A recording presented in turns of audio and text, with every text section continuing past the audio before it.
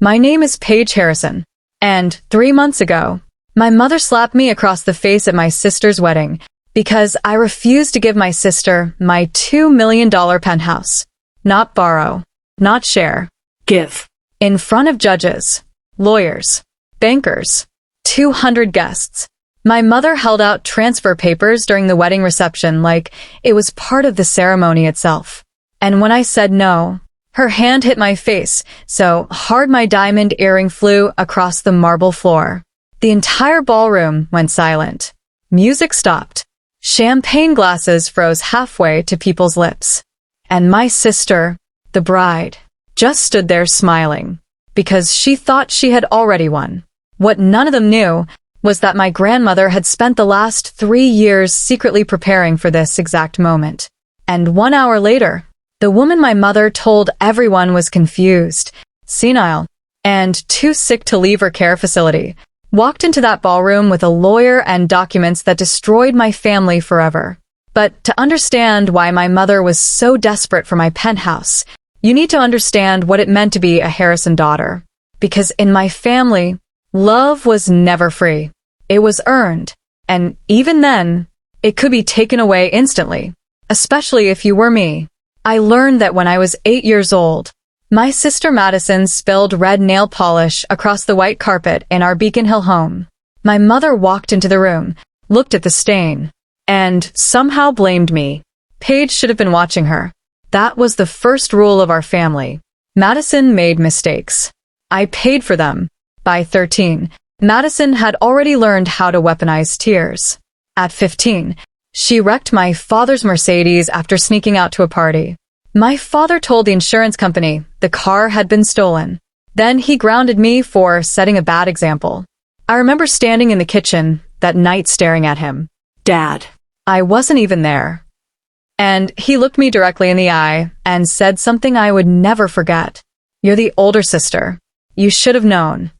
That was the moment I understood something dangerous. Truth didn't matter in my family. Only appearances. And Madison, golden, beautiful, charming Madison, was the appearance my parents wanted to protect. By the time I turned 26, I had stopped expecting fairness entirely. I built my interior design business alone. No family connections. No trust fund. No help. While Madison floated through life with designer handbags, luxury vacations, and a fiancé whose family owned half the financial district. Still, none of that was enough for her. Because Madison Harrison did not simply want nice things. She wanted other people's things. Especially mine.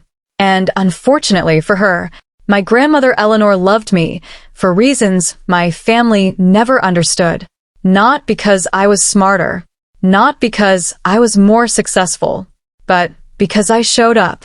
Every Sunday, for 10 years, I visited her, even when work exhausted me, even when snow buried the city, even when nobody else bothered. I brought tulips because they were her favorite. I fixed her television remote. I listened to the same stories twice, sometimes 3 times, and apparently, that mattered more to her than pretending to care once Christmas arrived. The call came in March of 2021. I was eating cold pad thai in my apartment when Grandma Eleanor said words that changed my life forever. Paige, I'm leaving you the penthouse. At first I thought she was joking. The penthouse at Seaport Boulevard was worth over $2 million. Floor-to-ceiling windows. Private elevator. Ocean view. It was the kind of property people in Boston fought wars over quietly. Why me? I asked. And my grandmother answered immediately. Because you're the only one who loves me when nobody's watching. I started crying right there at my kitchen counter. Not because of the money. Because somebody in my family had finally chosen me first. I didn't realize then. That decision would eventually tear the entire Harrison family apart. The news reached my mother within weeks. I still do not know how. Maybe someone at the attorney's office talked. Maybe one of my cousins overheard something. Boston's wealthy circles survive on gossip disguised as concern. All I know is that by April 2021, my mother organized what she called a family discussion, which in Harrison language meant an ambush. I walked into my parents' Beacon Hill mansion and immediately understood the setup. My father sat in his leather chair near the fireplace.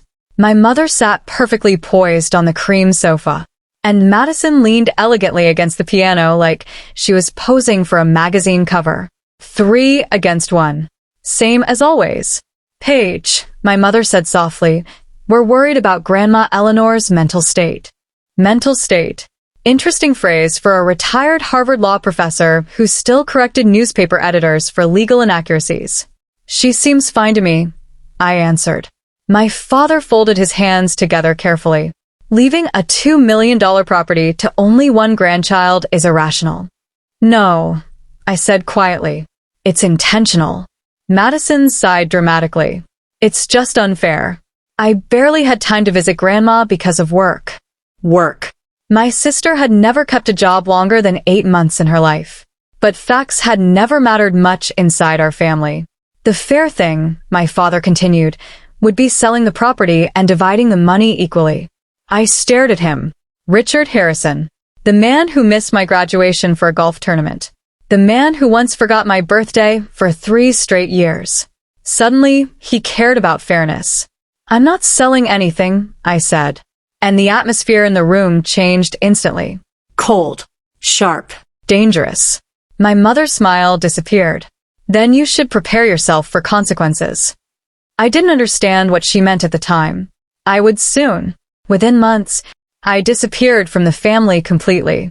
No holiday invitations. No verstas. No Sunday dinners. I found out Madison got engaged through Instagram. A photo of her holding a diamond ring bigger than my future beside the caption. Forever starts now. I wasn't invited to the engagement party. When I asked my mother about it later, she laughed lightly.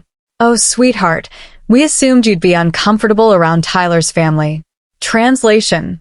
You embarrass us now. The worst part wasn't the exclusion. It was the lies. My mother started telling people I manipulated my grandmother. That I pressured an elderly woman into changing her will. At charity events, country clubs, church dinners, she painted me like a greedy parasite feeding off a confused old woman. And because wealthy people prefer gossip over truth, everyone believed her. I stayed silent. Huge mistake. Because silence only made her bolder. Then something strange happened in late 2021. Grandma Eleanor suddenly moved into Brookhaven Senior Living, a luxury-assisted living facility. $12,000 a month. At first, she claimed she wanted peace and privacy. But every Sunday, when I visited, I noticed something different. Fear. Tiny flashes of fear in her eyes. Like someone constantly watching the door. One afternoon, I finally asked her directly, "Did something happen with Mom?" Grandma looked out the window for a very long time before answering. Some truths are safer buried until the right moment. That sentence haunted me for years. Then came December 2023. 3 months before Madison's wedding. I received an invitation. Heavy cream paper. Gold lettering. Black tie event. Madison Harrison and Tyler Caldwell. After nearly 3 years of treating me like I didn't exist, suddenly I was invited. That same night my mother called. Her voice sounded warm again. Too warm. This wedding could heal the family. I almost laughed. Then came the real reason for the call. Madison and Tyler will need somewhere appropriate to live after the honeymoon. There it was. The penthouse. That was all this had ever been about. My mother wanted my grandmother's property transferred to Madison as a wedding gift. As if Grandma Eleanor's final decision meant absolutely nothing. I'm not giving Madison the penthouse. Silence. Then my mother's voice turned icy cold. Think carefully before embarrassing this family publicly. That sentence told me everything. She wasn't asking anymore. She was threatening me. A week before the wedding, Grandma Eleanor called unexpectedly. Her voice sounded urgent. If something happens at that wedding, call Marcus Webb immediately. Marcus Webb was her attorney. Grandma, what's going on? Your mother thinks I don't understand what she's planning, Eleanor said quietly. She forgets I practiced law before she learned how to lie. My stomach tightened instantly.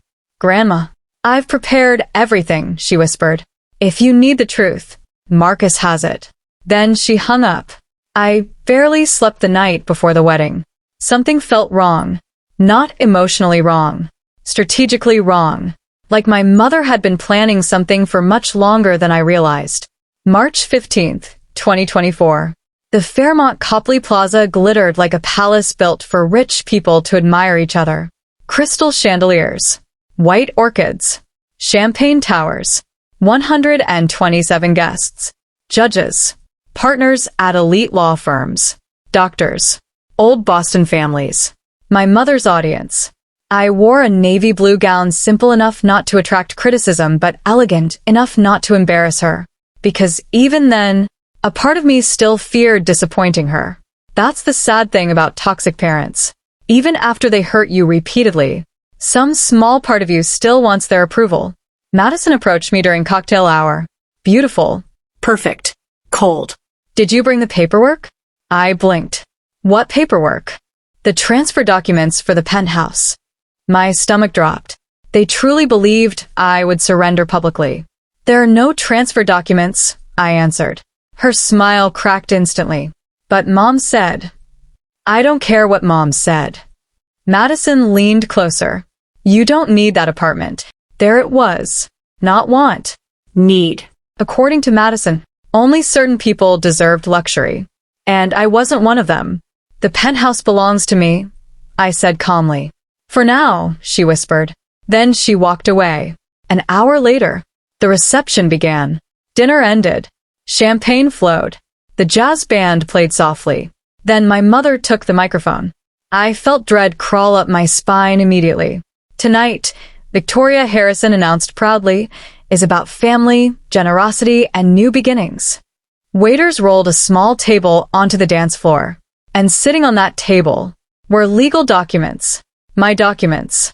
Transfer papers. The entire ballroom turned toward me. My mother smiled beautifully.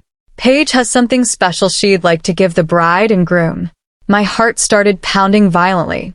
Madison stood beside Tyler pretending to look emotional. Every guest stared at me, waiting, watching. My mother held out a pen and quietly whispered, "Don't humiliate us." Suddenly, I understood everything. This wasn't family pressure. This was public coercion. If I refused, I'd become the villain. If I agreed, I'd lose everything Grandma gave me. The ballroom felt suffocating. Then I heard my grandmother's voice in my head. Truth matters more than appearances. So I looked directly at my mother and said, "No." The silence afterward was horrifying. My mother's face changed instantly.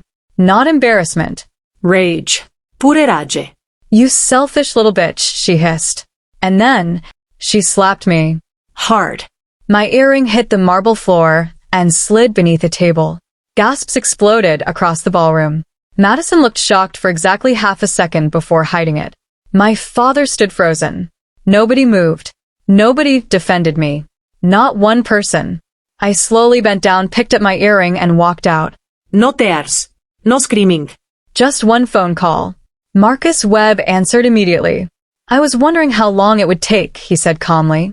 1 hour later, everything changed. The ballroom doors opened again, and Grandma Eleanor walked inside. Alive. Sharp. Perfectly composed. The same woman my mother told everyone was confused and unstable. Behind her stood Marcus Webb carrying several thick legal folders. My mother turned white instantly. Mom, what are you doing here? Eleanor ignored her completely. Instead, she faced the ballroom guests. I apologize for interrupting the celebration, she said calmly. But I believe my daughter has been lying to all of you for several years. Nobody breathed. Marcus opened the folders. Inside were bank records, legal filings, medical evaluations, and one horrifying truth. My mother had attempted to place Grandma Eleanor under involuntary conservatorship 2 years earlier. Not because she was mentally unstable, because she wanted control of the estate, the penthouse, investment accounts, trusts, everything. And when Eleanor refused, Victoria began spreading rumors about dementia to isolate her socially and legally. The ballroom erupted into chaos. People whispered frantically. Some guests stood up entirely. Then Marcus revealed the final bombshell. My mother had secretly borrowed enormous amounts of money to maintain her luxury lifestyle. The mansion, country club memberships, Madison's extravagant wedding. They were drowning financially, and the penthouse was supposed to save them. That was why they needed me publicly pressured into signing it away. Not for Madison. For survival. My father looked physically sick.